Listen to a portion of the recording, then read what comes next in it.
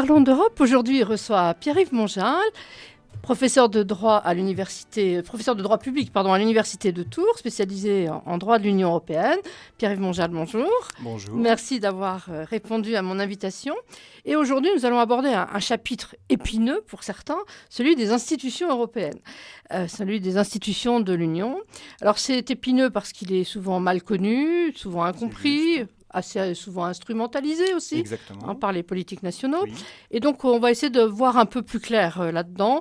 Alors d'abord, ma première question, toute bête, quel est le cadre légal de ces institutions? Qui les a créées?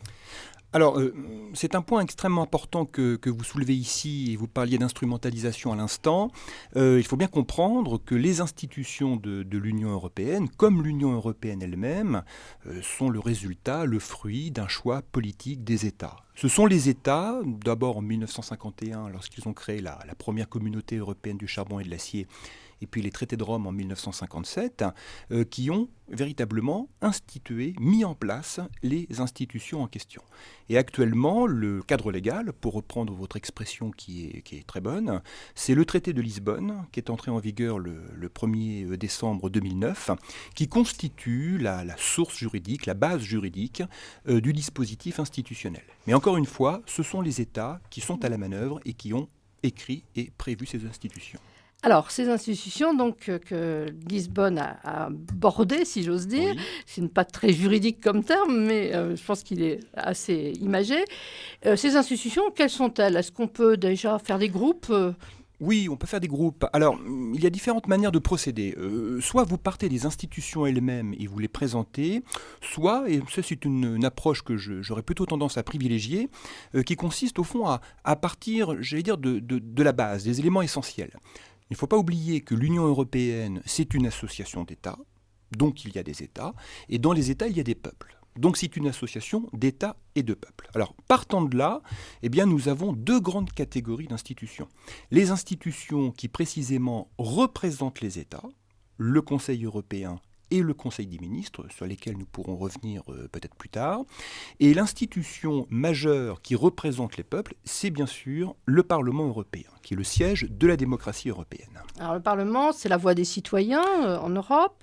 Le Conseil européen, puisque vous venez de l'aborder, c'est un peu à part. C'est la voie étatique. Alors, le Conseil européen a eu une curieuse destinée parce qu'il est créé en 1974 par Valéry Giscard d'Estaing et Helmut Schmidt. Et au départ, ce n'est pas une institution. Au départ, c'est une conférence, on va dire, qui réunit les chefs d'État et de gouvernement. Mais c'est le traité de Lisbonne qui a institutionnaliser le Conseil européen. Donc on a deux conseils. Le Conseil européen. C'est ce qui ne simplifie pas les choses. Ce qui ne simplifie pas les choses. Et l'autre conseil, celui qui réunit les ministres des Affaires étrangères ou de l'énergie, c'est le Conseil des ministres. C'est ce qu'on appelle le Conseil des ministres. Dans les traités, on parle du Conseil, mais c'est bien le Conseil des ministres. Le Conseil européen, c'est le niveau supérieur qui réunit les chefs d'État et de gouvernement. Et le Conseil des ministres réunit évidemment les ministres des gouvernements des États membres, selon les spécialités. Vous l'avez dit, industrie, monnaie, agriculture, selon l'ordre du jour. Alors, Conseil de l'Union, Conseil des ministres, le Parlement, quand même quelques mots sur le Parlement pour le présenter. Donc, il est élu au suffrage universel. Exactement, il est élu au suffrage universel direct. Les députés sont élus selon ce mode de scrutin. Pour un mandat de 5 ans qui est renouvelable, nous avons à Strasbourg 751 députés européens. Et c'est véritablement, dans l'Union européenne, l'institution qui incarne la démocratie européenne. Ce sont les citoyens européens qui vont élire leurs députés. C'est le siège de la démocratie dans l'Union européenne. Alors, il y a une autre institution politique dont on n'a pas encore prononcé le nom, c'est la Commission. La Commission, c'est le gouvernement de l'Union. Alors, on peut dire ça comme cela. La Commission, c'est l'organe administratif, exécutif, l'organe qui va initier les projets de règlement et de directives, et c'est aussi un organe qui va assurer un certain nombre de fonctions de contrôle, notamment des acteurs économiques, les entreprises, avec des pouvoirs très importants, et puis une fonction de contrôle également sur les États, pour vérifier que ces derniers respectent convenablement le droit européen.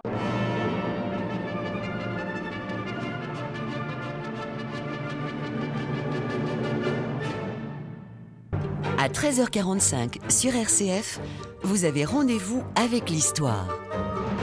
Véronique Elzieux et ses invités vous invitent à revivre une année, un événement, qu'il soit religieux ou historique, sous forme de feuilleton quotidien, créant ainsi une série pleine de rebondissements.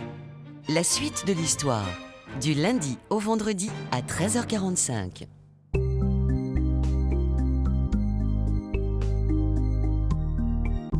RCF. Parlons d'Europe reçoit donc Pierre-Yves Monjal, professeur de droit public à l'Université de Tours. Alors nous venons de voir les institutions politiques. J'aurais une petite question sur l'ensemble de ces institutions politiques. Est-ce qu'il y en a trop ? Alors est-ce qu'il y en a trop ? Là aussi, c'est un vrai débat, une vraie question, et très souvent, c'est récupéré sur un plan politique, à mon avis, parfois à tort. Je ne pense pas qu'il y ait trop d'institutions. De quoi on parle ? De 28 États, d'un peu plus de 500 millions de citoyens, et pour faire fonctionner ce vaste ensemble, qui est quand même un fonctionnement assez inédit dans l'histoire européenne, eh bien, il faut un nombre d'institutions nécessaires pour que cette Union européenne fonctionne. Donc, 2 institutions qui représentent les États et les gouvernements, un Parlement, une commission. Il faut aussi parler de la Cour de justice qui est là pour régler les litiges. Très sincèrement, je crois qu'on est sur un cadre institutionnel qui ressemble quand même à celui que l'on connaît dans les États. Donc je ne pense pas qu'il y ait trop d'institutions. Très bien, tant mieux s'il n'y en a pas trop. J'espère qu'on va réconcilier tout le monde avec les institutions de l'Union. Alors vous venez de prononcer le nom de la Cour de justice. À côté des institutions politiques, il y a d'autres institutions, bien sûr. Est-ce que vous pouvez nous parler un petit peu de la Cour de justice ? Parce que finalement, je ne suis pas sûre que les gens la connaissent tellement bien. Oui, c'est juste ce que vous dites, parce qu'on confond très souvent la Cour de justice de l'Union européenne, qui a son siège à Luxembourg, qui est le juge des 28 États membres de l'UE, avec la Cour européenne des droits de l'homme, qui est à Strasbourg, et qui est le juge de la grande Europe, des 47 États du Conseil de l'Europe. Alors la Cour de justice a 28 juges, et elle est chargée de régler les différends qui peuvent naître entre les institutions de l'Union européenne, Parlement-Conseil par exemple, ou Commission-Parlement, entre les États et les institutions, mais aussi entre les entreprises et les institutions européennes, y compris les personnes physiques, les individus et les institutions européennes. Un citoyen européen peut très bien faire appel à la Cour de justice de l'Union européenne. Tout à fait, selon différentes voies de droit. Exactement. Alors, institutions politiques, institutions judiciaires, mais aussi institutions financières, parce qu'il faut aussi que ça marche bien sûr. Financièrement. Donc on a généralement, je crois, 3 grandes institutions. Oui. La BCE. Alors, la BCE, bien entendu, qui, dans le cadre du système européen de banque centrale, a une fonction primordiale, et en particulier pour les 19 États de la zone euro, banque centrale qui est à Francfort. Il faut citer aussi la Cour des comptes, oui. Bien entendu, qui a une fonction extrêmement importante pour vérifier que l'argent public européen est convenablement dépensé.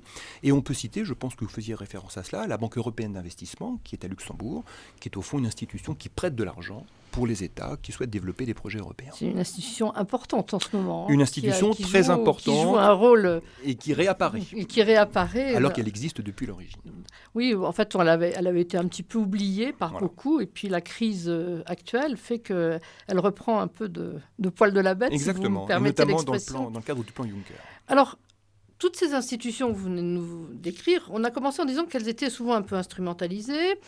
Finalement, qui les contrôle vraiment ? Est-ce que... Comment... Derrière l'affichage, oui. Qu'est-ce qu'on voit exactement ? Alors, qu'est-ce que l'on voit ? Eh bien, on voit que ce sont des institutions, pour le Parlement ou les 2 conseils, qui sont des institutions éminemment politiques. Alors, qui contrôle le Parlement européen ? C'est nous, tous les 5 ans.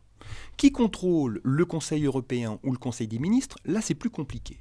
Normalement, ce contrôle doit s'opérer dans chaque État membre, et si nous ne sommes pas contents de l'action européenne de notre président de la République, il ne sera pas réélu. Et si nous ne sommes pas contents de l'action européenne des membres de notre gouvernement, rien n'interdit à l'Assemblée nationale, malheureusement on a vu que l'engagement de responsabilité du gouvernement ne fonctionne pas très facilement, mais rien n'interdit à nos députés d'engager la responsabilité des ministres.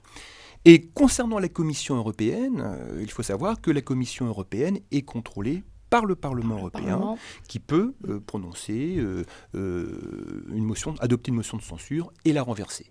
Et in fine, c'est le juge de l'Union européenne, la Cour de justice, alors qui cette fois-ci sur un plan strictement juridique, assure le contrôle des institutions et notamment vérifie qu'elles appliquent convenablement les traités. Donc toutes ces institutions, finalement, dessinent un paysage contrôlé, un paysage assez démocratique. La question, là aussi, est très importante. Est-ce qu'il y a de la démocratie dans l'Union européenne? Alors bon, on pourrait discuter sans doute beaucoup. Je pense que oui, du fait de l'existence du Parlement européen. La Commission européenne, qui est très décriée, encore une fois, n'oublions pas que son président, c'est une nouveauté du traité de Lisbonne, a été élu par le Parlement européen sur proposition de nos chefs d'État et de gouvernement, dont on rappellera qu'ils ont été démocratiquement élus. Donc il y a ici un maillage démocratique, un enchaînement démocratique qui est, je crois, difficilement contestable. Mais c'est une démocratie d'une nature nouvelle, d'un genre nouveau, et qui, parfois, parce que ce n'est pas suffisamment peut-être bien présenté pour l'opinion publique, n'est peut-être pas aussi perceptible que cela. Oui, parce qu'on entend souvent que finalement c'est la faute de l'Europe quand on parle, mais la faute de l'Europe, c'est quand même d'abord celle des États.